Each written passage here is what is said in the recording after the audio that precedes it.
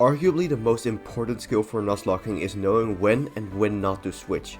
Strategically navigating your team to bring in the right Pokemon at the right time is crucial for winning Nuzlocks. Or is it really? Can you beat a Hardcore Nuzlocke without switching? Let's find out. While I get through the early game with my starter Cyndaquil, let's explain the rules. I can only catch the first Pokemon I find in each area. If it faints, it's dead and I can't use it anymore, and there are some more boring rules that are on screen right now. After obtaining Pokeballs, I could catch a Rattata at Route 29, a Geodude at Route 45 and a Hoothoot at Route 30. With this I took down the first couple trainers, although a crit on Hoothoot meant I had to switch for a safe victory. Moving on, I added a Bellsprout to the team and hold up, did I just forget the most important rule of the challenge? The one in the title that says I can't switch. Well, let's just reset the entire run and now actually pay attention. On this second attempt I chose Cyndaquil as well, since there are more than enough other water types instead of Totodile, and Chikorita is just garbage. I ended up with the same 5 starting Pokemon, although unfortunately this run's Rattata had way worse attack, but I wasn't out of encounters yet, so I additionally got a Zubat in Dark Cave and a Ghastly in Sprout Tower. I wasn't hoping to have to use all of them though. Cyndaquil got me through the entirety of Sprout Tower on its own, and then it was up to Geodude to slay Falkner's birds. The main issue here is that they like to spam Sand Attack, lowering my accuracy, and I can't switch to get rid of those. Even though I outsped Pidgey after a Rock Polish, I still ended up missing 3 Rock Throws before one finally connected for the Oko, but Geodude was already at -3 accuracy at this point. This was especially an issue against Pidgeotto, since it can recover basically all the damage of one attack with Roost, but for some reason it never used it, so after the big bird got hit by 2 out of the 5 rock throws, it went down, and that's the first badge. With that done, I could Repel Trick on Route 32 to get a Mareep, if I didn't forget to change the daytime, so instead I ended up with a Wooper. To leave open some options for actually successful encounter manipulation later on, I skipped the 2 next encounters of Union Cave and Route 33, so that left me with only a Slowpoke to catch and then the second gym. At this point my starter had evolved into Quilava, and I thought this would be strong enough to 1v1 Bugsy Scyther, but 1 Ember didn't even bring them to below half HP. A Citrus Berry combined with a Super Potion that had survived 5 total Embers, and even though I had Quick Attack to finish it off at the end, it also had Quick Attack with more speed to get the kill first. Nightshade Ghastly could clean up from here, but still, it's never fun to lose your starter Pokemon. We got other things to worry about though, since next up is the first real rival fight, and these are tricky. His team already has quite some type coverage, so sweeping him wouldn't be easy. This meant I had to come up with a plan. I leveled up Slowpoke with some hacked rare candies because apparently grinding is cringe and cheating is based, and at level 15 it wanted to learn Confusion. What did I replace? Curse? Tackle? Maybe even Yawn? No, I replaced Water Gun. This might seem like the worst decision here, but hopefully this meticulously planned moveset will let me sweep Rival Mistake, the embodiment of the first run. Ghastly luckily didn't go for Curse, which immediately would have doomed me, so Slowpoke could one-shot it with Confusion, bringing in Zubat. Instead of killing it right away, I used Yawn to put it to sleep while it fruitlessly tried to confuse my own tempo Slowpoke, and then it was time to set up with Curse. I took more damage than I would have liked because of a critical bite, but once I reached +6 attack and defense, I took down the bat with more than half of my max HP remaining. This brought up Mistake's final Pokemon, Croconaw.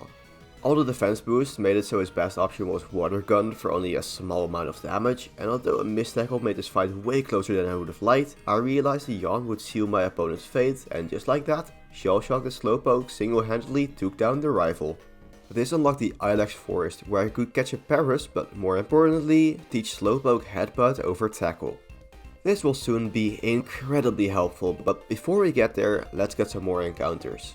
Around Goldenrod I could catch a Drowsy and surprisingly an Abra as well without it teleporting away. If this had escaped, I would have gotten one at the game corner, but now instead I decided to grind Folder Flip so I could afford buying a Dratini. But then it was time to suffer at the normal gym. Not against Whitney, but against a random gym trainer with an Intimidate Snubbull. My Hyperfang Rattata would have easily been able to 1v1 this, if not for a miss, into a flinch, into a crit. Stewart couldn't land a critical hit to save himself, so that's death number 2. As a consolation prize, my mom got me some chillum berries, which can halve the damage of one normal type move, and with that equipped, it was time to see if my dear shell shock would pull off a second sweep against Whitney. The health berry only subs 1 HP of damage while I used Yawn, so it was basically useless, and Clefairy already got me to around half of my HP before it fell asleep. Fortunately, I only got hit for 2 more damage while I set up 6 curses, and then used a single headbutt to take care of Whitney's first Pokemon, bringing me to level 20. But then, disaster struck. Fueled by the doubters in chat, Miltank landed a critical hit to bring Slowpoke down to 3 HP. It retaliated with a strong headbutt, but there was no way it would survive to land a second one. Unless... That is so rude. Roll out, does this kill? Please, headbutt. Let's go! Sophie's always right. I don't think so. Got him. Easy dub. So what happened there is that there was a 1 in 16 damage roll for roll out to kill. The AI saw that when selecting the move, but the actual roll was 2 damage, letting me clutch out a victory.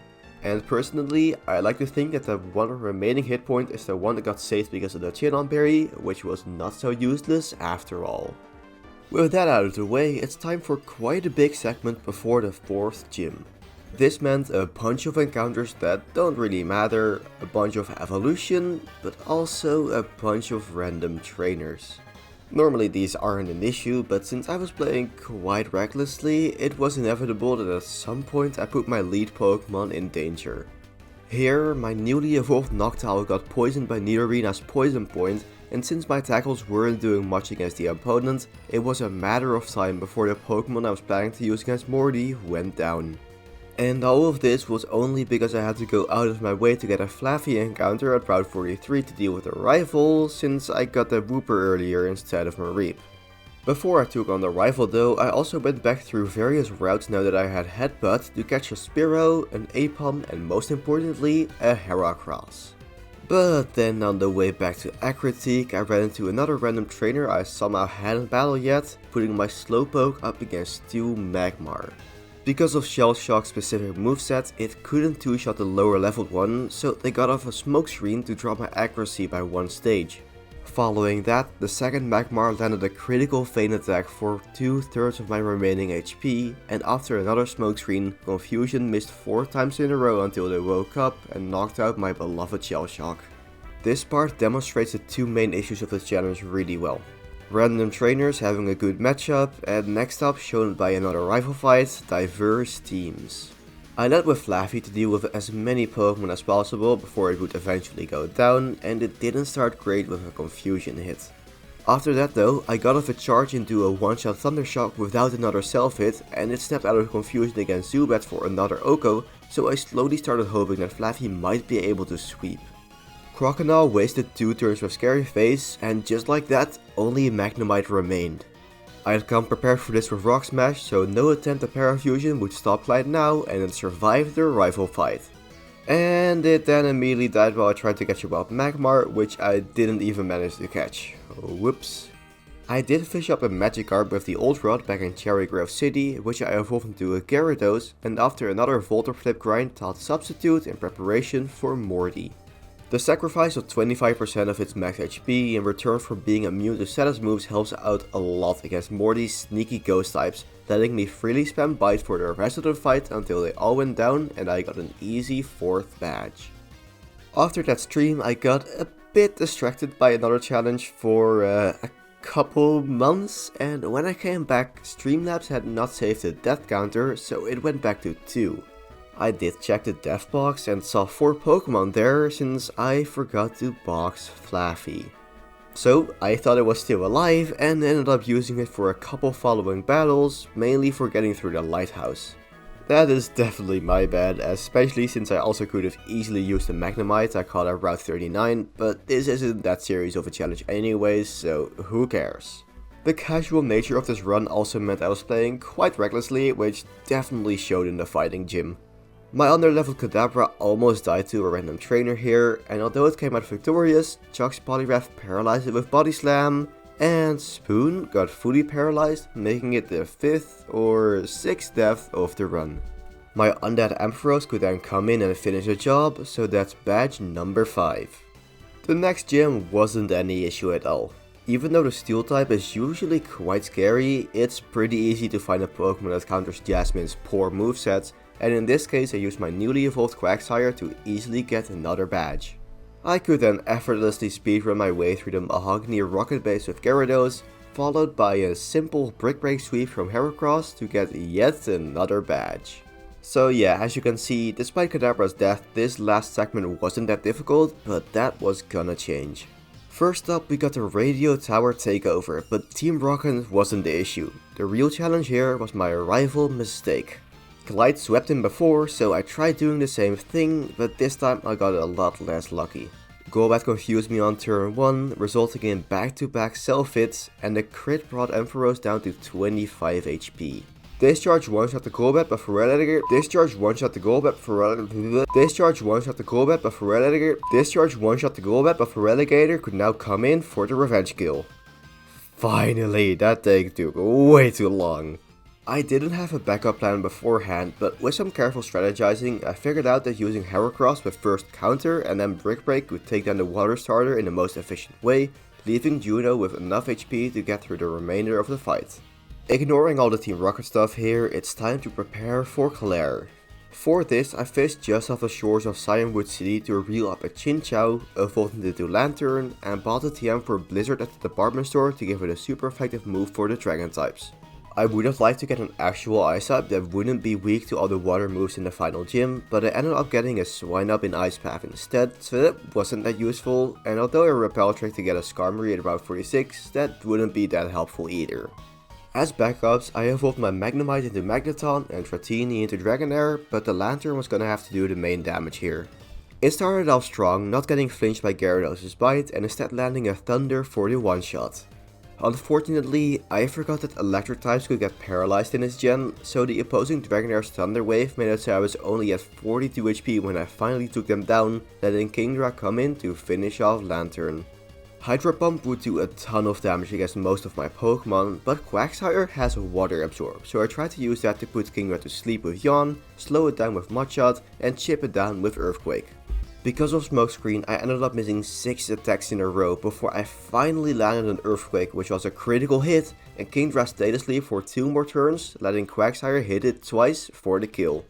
Claire's last Dragonair did also get a second kill, but my own Dragonair could come in to one-shot them with a single Dragon Rush to avenge my fallen water types, and that's the 8th, never mind, but now that's actually the 8th and final gym badge. We're definitely not done yet though, because it's time to take on the Kimono Girls, a gauntlet of 5 evolution trainers with no healing in between. I grinded up a Parasect specifically for the first 2 battles, starting with an Umbreon, but needless to say, I was quite disappointed.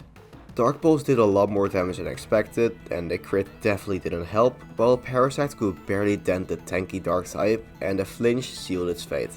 This put a giant wrench in my plans, since I had Dragonair second on the team to take on Flareon, Jolteon and Vaporeon, but after Heracross came in to finish Umbreon, this meant I had to use it to deal with Espeon as well.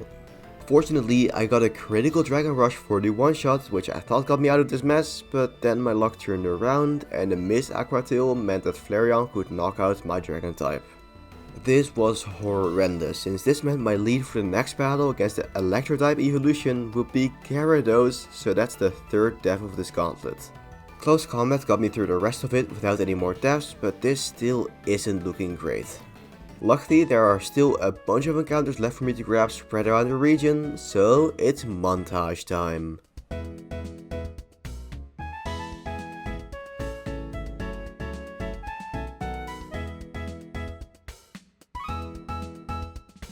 Lastly, I wanted to get a Lickitung on Route 44, where I previously hadn't got an encounter yet, but then this happened. Surf here to get through the grass. That's a legendary. That's my first encounter of the... This is my encounter. I mean, who am I to say no to this? Who am I to say no to an Entei in a Hardcore Nuzlocke? Okay. I mean, I'll take it. I'm not even sure if I'm happy with this. I think I actually would have preferred a Licky Licky, but sure, this is going on the team. Lugia isn't though, that's a bit too OP, so it's time for the final rounds of the game. Unfortunately, there are a bunch of random trainers, and with the running shoes toggled on, I kept accidentally battling them, so it's time for another short montage.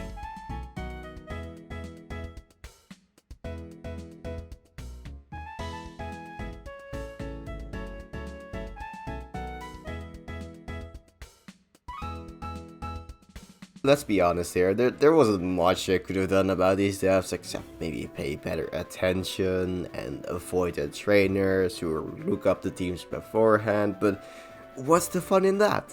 I could at least catch a Rhyhorn in Victory Road, but I was still left with a ragtag team to take on Rival Mistake for the final time. I was hoping Seeking could take down a couple Pokemon, but it wasn't looking great against Sneasel, already bringing me down to 32 HP, but I came prepared from the Magneton, which was up next, with Natural Gift with a Shuka Berry to make it a ground type move for the one shot. Hunter took down Seeking immediately afterwards, but with the Electric Steel type gone, Crobat could now clean up the rest of the fight. With that done, I brought Natu to the level cap where it finally learned Psychic, so I let it evolve into Xatu, and after rare candying up Rhyhorn as well, it was time to take on the Elite Four. First up, I put all my money on Magneton to sweep Will. The first Xatu only managed to pointlessly confuse Magneton while a single discharge took it down, followed by Jinx missing a lovely kiss and almost getting one shot as well. Knowing that Will would use a potion here, I went for Discharge trying for Paralysis, but no luck there, and the Psychic that followed dropped my special defense. Not much I could do about it though, since I can't switch obviously, so after a weak block that Natural Gift, Executor brought me down to 29 HP. Magneton managed to knock it out with a neutral Mirror Shot, and then one-shot Slowbro with a super effective Discharge, but Will's last Pokemon managed to outspeed and, because of the Sped F drop, finish off Magneton with a third Psychic. I did plan for the entire league with this in mind, but something not dying is always better. At least my Choice Scarf Dugong could outspeed and get the Oko to round out the fight with only one death. Koga was up next, and this is what Xatu was for. The only non-poison type here was Fortress, which was quite scary with Explosion, but the Timely Protect took care of that, and all the poison types were easy targets for stab Psychics. Speaking of Pokemon that get one shot by Psychic, it's time for Bruno.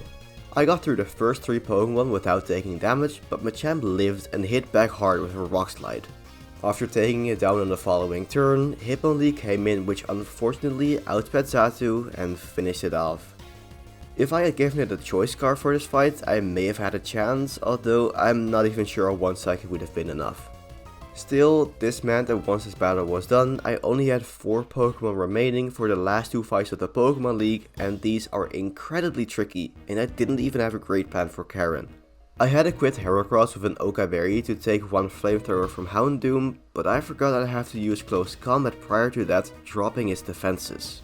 That didn't even end up mattering though, since Murkrow came in next, which I didn't realize would straight up outspeed and one-shot my bug fighting type with Wing Attack. It would have been nice if we were able to run Choice Scarf Heracross here, but Karen's Gengar made that not a great idea. And I didn't even get that far. Crobat took down Murkrow but lost the 1v1 against Houndoom, forcing me to lock Dugong into Choice Scarf Surf, which then got knocked out by Vileplume, and my Rhydon's first appearance wasn't a great one, not even being able to get off a single hit before getting one shot by a quite effective Battle Dance, losing me the run. So to answer the question of can you beat a Hardcore Nuzlocke without switching, yes, you definitely can, but I didn't succeed. My recklessness mainly at the end meant I didn't have a lot of great Pokemon left to take on the league, and I didn't plan well enough to make good use of what I did have access to. I'm fine with it though, I still had a lot of fun with this run, and although I won't be trying this exact challenge again anytime soon, you can expect a bunch of original Hardcore Nuzlocke content alongside the next couple non-Nuzlocke playthrough challenges. Anyways, that's that, so I hope you enjoyed the video, I'll see you next time, and of course, stay alive.